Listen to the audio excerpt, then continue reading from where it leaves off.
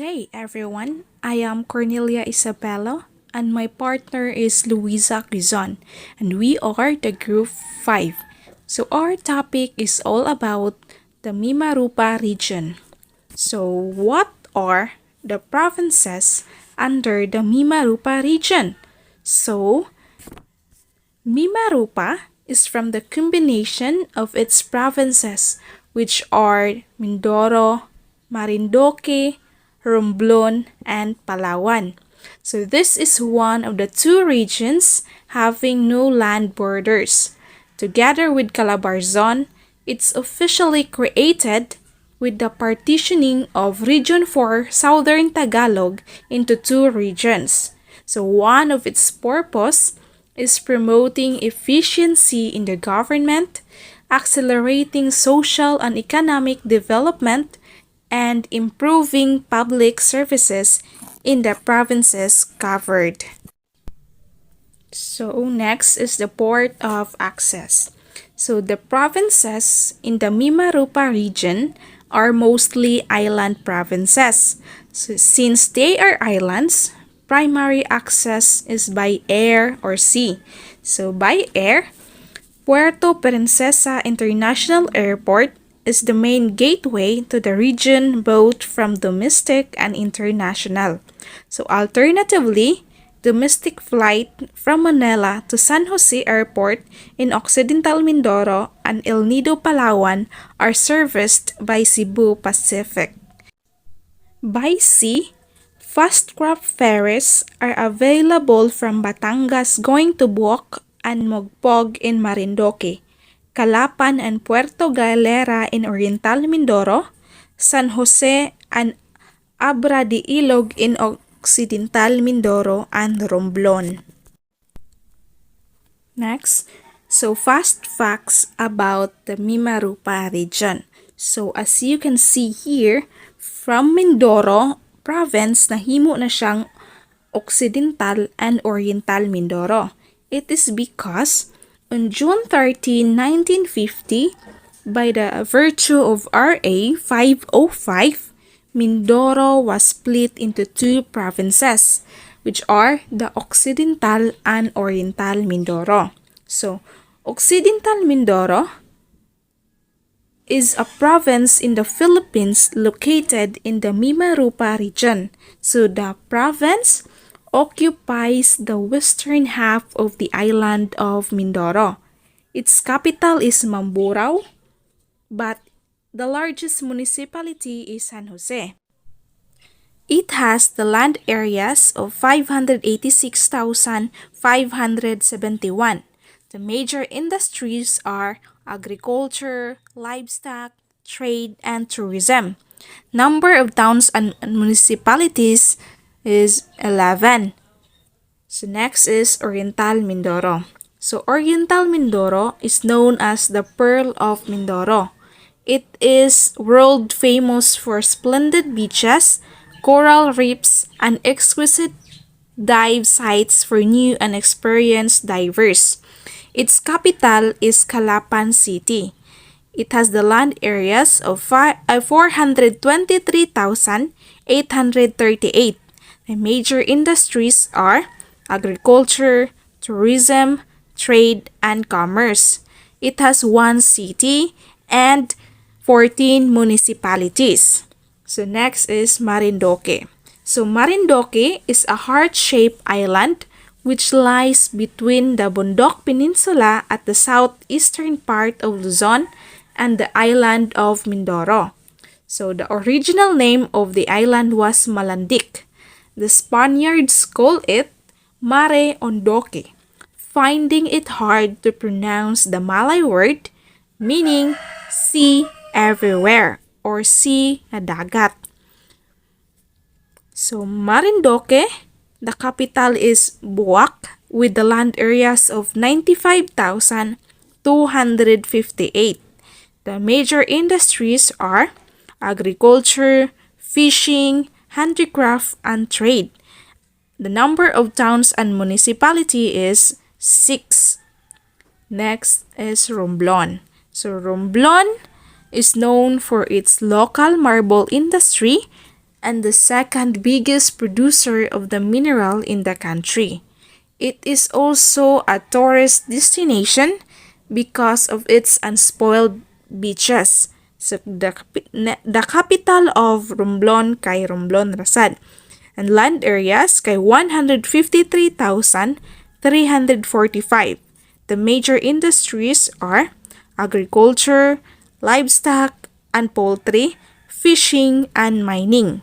The number of towns and municipalities is 17. Next is Palawan. Palawan is the largest province in the country. Palawan is one of the best places to visit in the Philippines. Is consistently ranked as one of the best islands in the world, and for a good reason. It boasts white sand beaches and islands, clear blue waters, a spectacular variety of marine life and shipwreck sites, and majestic towering limestone cliffs. The capital of Palawan is Puerto Princesa City. It has the land areas of 1,703,075 hectares.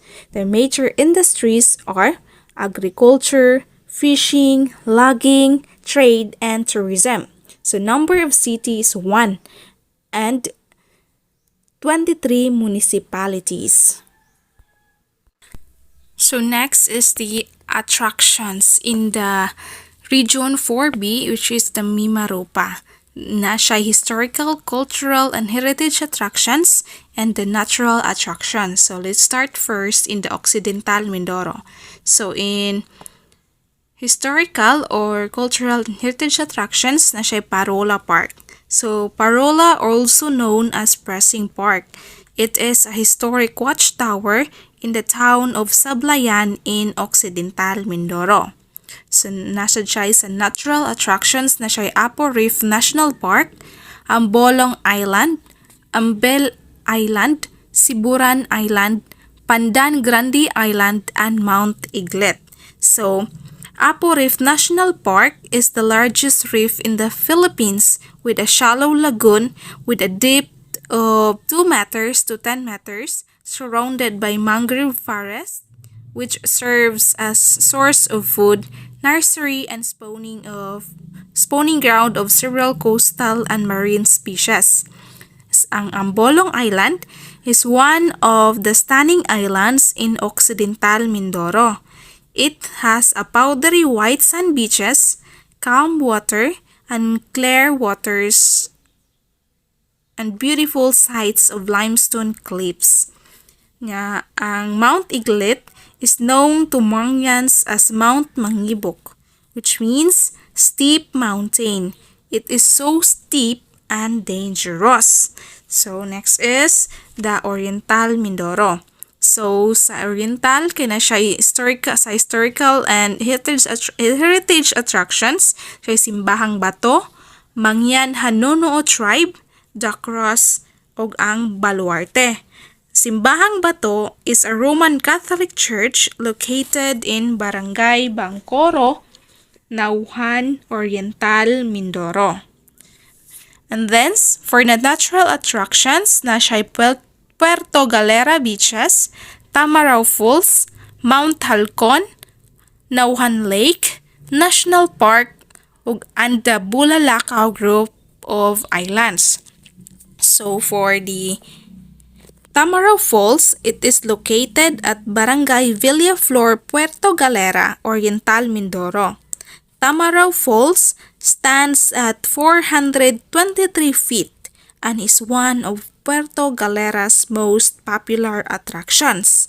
And sa Mount Halcon is the largest mountain in the island of Mindoro. It has an elevation of 2,616 meters above sea level. And then sa Nauhan Lake, it is a freshwater lake in the Philippines located in the northeastern corner of the province of Oriental Mindoro. The lake is the fifth largest in the country and the main geographical features of Nauhan Lake National Park. So next to Oriental is Marinduque.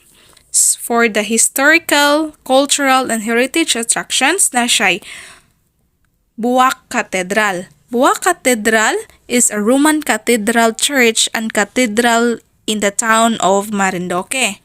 And for the natural attractions, na siya'y Puktoy Beach, Mount Malindig,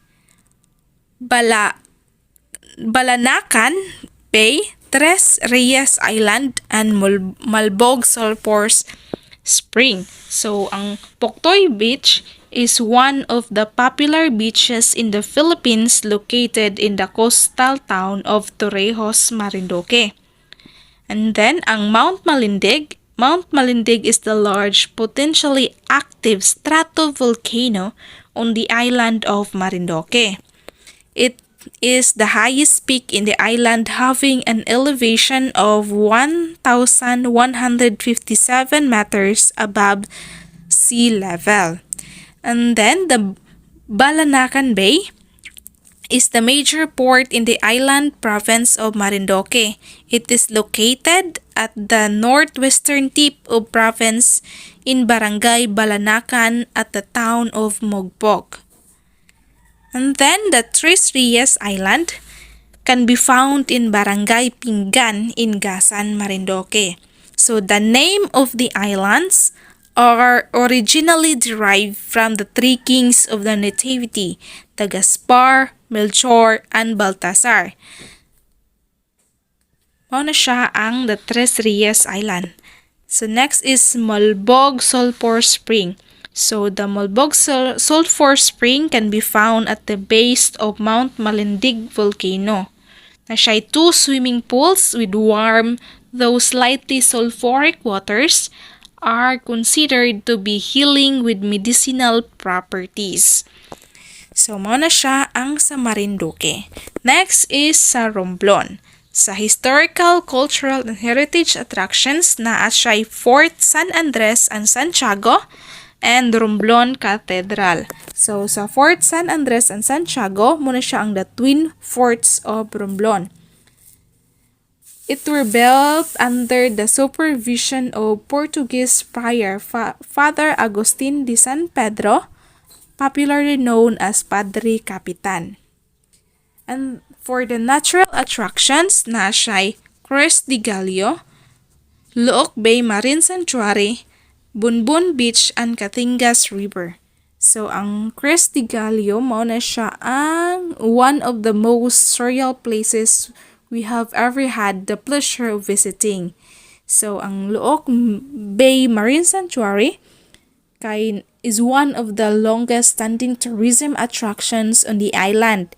It was established in 1999 and is home to more than 100 different species of fish and sea creatures. And then, ang Bunbun Beach, it features a glistening white sandbar that stretches from Romblon Island mainland over to an uninhabited island known as Bangog. And lastly, ang Catingas River is the source of 90% of water for the island of Siboyan. It is also the source of some pretty garnly diving boards. And lastly, ang Palawan. So, for the historical, cultural, and heritage attraction of Palawan, kaya siya Puerto de Santa Isabel Coyo Port, Agutaya Port, Melville Lighthouse. And then, sa iyang natural attractions na siya'y Puerto Princesa Subterranean River National Park, El Nido Marine Reserve Park, Honday Bay, Tabon Cave, Tubataha Reef, Marine Park, Ugong Rock, San Vicente, and Makinit Hot Spring. So, sa Puerto Princesa Subterranean River National Park, it encompasses one of the world's most impressive cave system featuring a spectacular limestone karst landscape with underground river. And for the El Nido Marine Reserve Park is one of the exotic and most visited tourist destination in Palawan. And Tabon Cave, known as the cradle of Philippine civilization. The Tabon Cave contained valuable artifacts that depict the lives of the earliest humans to set foot in Palawan. Next is ang Tubataha Reef. Ang Tubataha Reef, it is also known as the Tubataha Reefs National Park. It is the home for some of the world's most unique and beautiful coral reef. And then, an Ogong Rock. Ogong Rock refers to the limestone formation that stands tall in the town of Tagabinet in Puerto Princesa, Palawan. Ogong Rock expanse of barely untouched nature that teems with the kind of adventure that brings exhilaration to its visitors. So, mauna siya ang mga attractions sa Mimaropa region. So next is the foods and delicacies. So let's start first sa Occidental Mindoro. So, sa Occidental Mindoro na siya'y adobong pugita. Adobong pugita is a Filipino specialty originating from Occidental Mindoro. So this adobo dish is made with mature octopus that's in a combination of vinegar and soy sauce. Next is crispy hipon or nilasing na hipon is a Filipino dish consisting of whole unshelled shrimp. Next is native tinola, fresh lumpia, and ginataang puso ng saging. So ang native tinola, muna siya simple tinola using native. It is the most popular chicken dishes in the country. Next is ang ginataang puso ng saging or kanang tinunuan nga saging.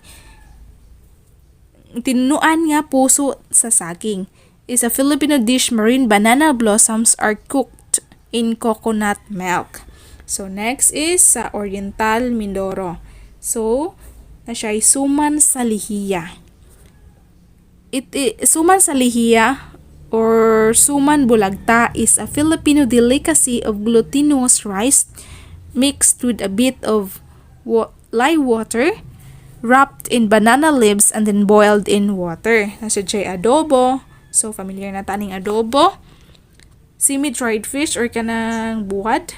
Banana chips. Next is marindoke. So sa marindoke na siya'y dinuguan. Dinuguan is a Filipino savory stew, usually pork and or meat simmered in rich, spicy dark gravy of pig blood, garlic, and chili. Nasa jay oraro cookies. Bibingkang lalaki. So ang bibingkang lalaki kay na siya sa different regions and provinces in the country. Na siya lain-laing mga style sa kakanins. Next is romblon.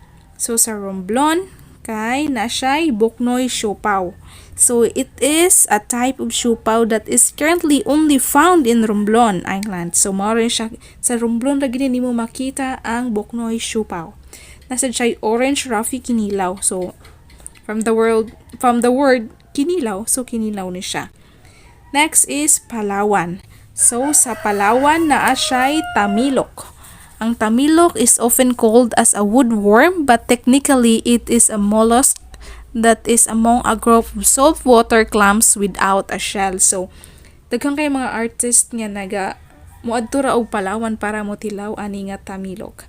So next is crocodile sisig, is a famous exotic dish in Palawan that tourists never miss trying. So crocodile meat is carefully cooked with other ingredients and spices, then put on a sizzling hot plate, resulting in a unique, delectable dish.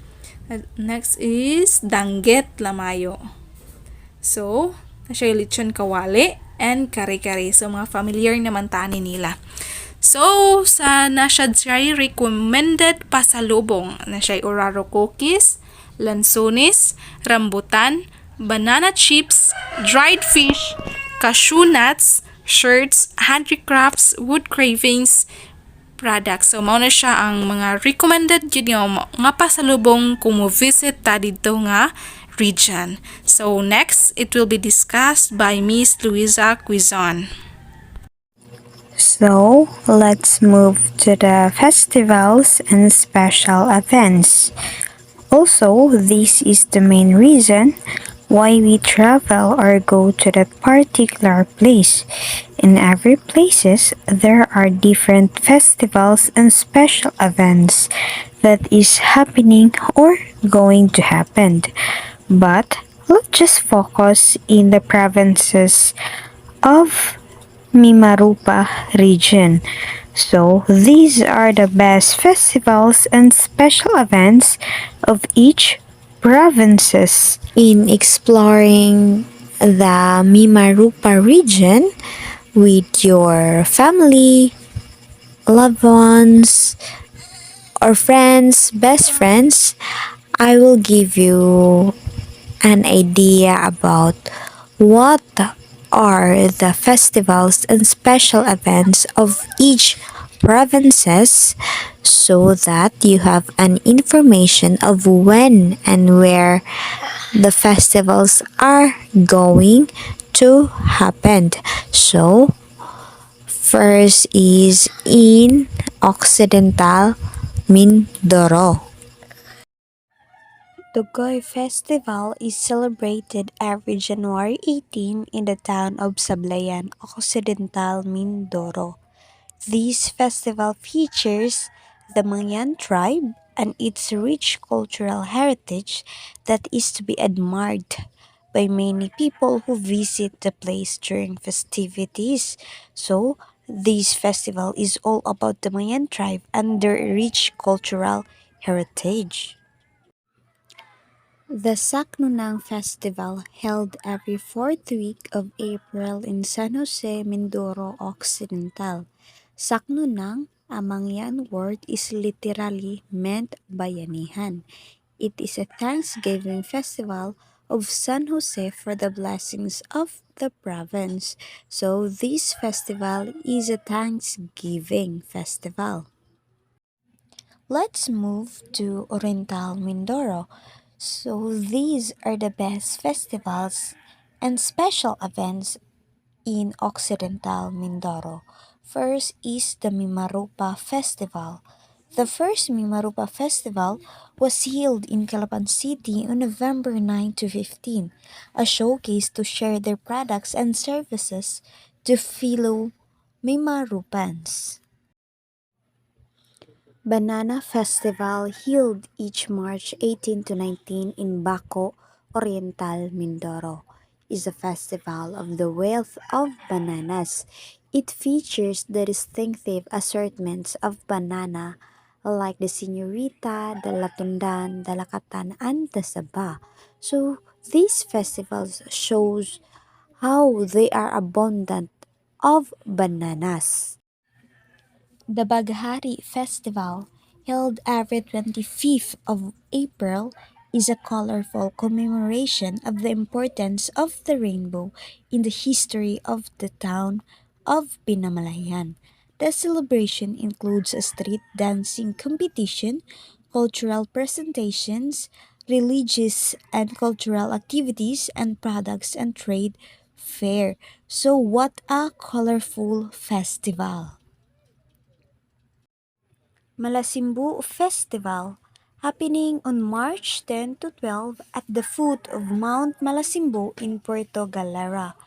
The festival is well known for bringing some of the most versatile musicians. In the event, the Malasimbu grounds is decorated with world-class artwork by various talented Filipino and visual artists, also showcasing indigenous people's work. So if you are a music lover, this is for you. We are not yet done, so please stay with me and we will travel together the provinces of Mimarupa region. So let's move to Marindoque. So this is The festival of the Marinduque province. The Moriones Festival. The Moriones is a lantern festival held annually on Holy Week on the island of Marinduque, Philippines. The Moriones are men and women in costumes and masks replicating the garb of biblical Imperial Roman soldiers as interpreted by locals. The Moriones traditions has inspired the creation of other festivals in the Philippines where cultural practices is turned into street festivals. Moving in Romblon. So these are the best festivals in the province of Romblon. The Biniray Festival is Romblon's prestigious festival participated by Rombloanon every second week of January in honor of Senior Santo Niño. It is just the same as the Sinolo Festival of Cebu, which also depicts the strong faith of the residents to Roman Catholicism. Canidugan Festival is being celebrated annually by Odyongganon in honor of the town Saint Vincent Ferrer. The festival's name derived from the word nidog or niyog, which means coconut. Coconut trees are abundant in Tablas Island, and copra is one of the major products and main source of livelihood of the people. So these festivals is all about the coconut, so the abundance of coconut. So let's move to Palawan, the last province of the Mimaropa region. So these are the best festivals and special events in Palawan. Baragatan Festival, Baragatan sa Palawan, which is celebrated every third week of June, is probably one of the most significant events for the constituents of Palawan.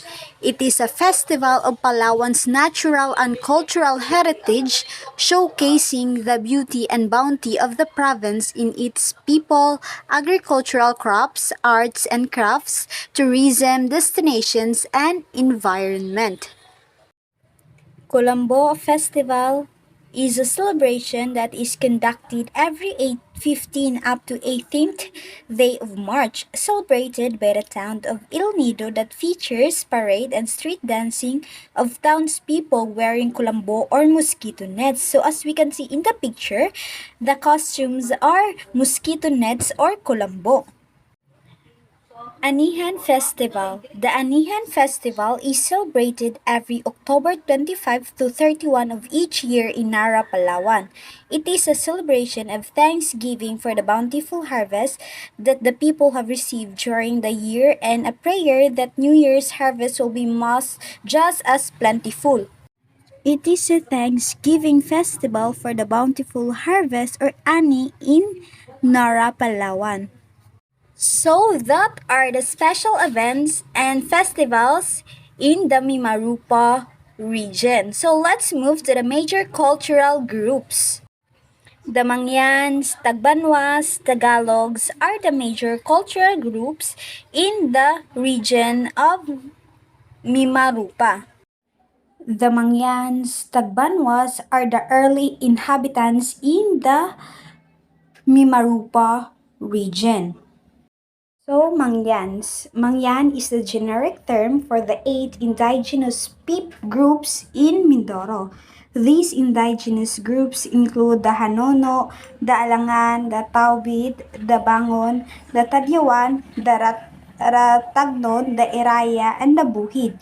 Each tribal group has its own language, customs, and rituals. Their population is estimated at 100,000. So, grabe jud kayo sila kadaghan. So, Tagbanwas. The Tagbanwa is the most dominant ethnic group in Palawan. They are mostly found in Coron, Aberlon, and Puerto Princesa. So, in Tagalogs, as one of the major ethnic groups in the Philippines, the Tagalogs are believed to be the largest ethnic group in the Philippines. Next is major industry. So in Mimaropa region, the major industry is agriculture. So in Occidental Mindoro is an agricultural area devoted for food production. Its basic industry is rice production. In Oriental Mindoro, the province's economy is largely based on agriculture, producing large quantities of rice, coconut, corn, and a wide variety of fruits such as calamansi, banana, lanzones, rambutan, marang, and durian, as well as fish, livestock, and poultry. It is also known for its tourist attractions like the white sand beaches of Puerto Galera. In Marindoque, the main economic activities of Marindoque are agriculture and fishing. Root crop-based products such as sweet potato and arrowroot grow abundantly in the province. So in Romblon, its major industries are agriculture and fishing. Marble is the most well-known product of the province. Marble quarrying and processing are also major activities in the province. So in Romblon, di lang kay siya agriculture, but it's most well known of the marble. So in Palawan, Palawan has 176 fishing grounds which supply 65% of Metro Manila's fishing consumption. Mining is another major industry in Palawan. So in Palawan, na siya fishing and mining. So lastly, languages and dialects in Mimaropa region. So Filipino and English are the major languages, not just in Mimaropa but in the Philippines. So dialects spoken in the region includes Kamangyan, Ilonggo, Tausug, Batak, Tagbanwa, Palawanon, and Koyonon. So that are the languages and dialects in Mimaropa region. So that is all about our topic and thank you for watching and listening.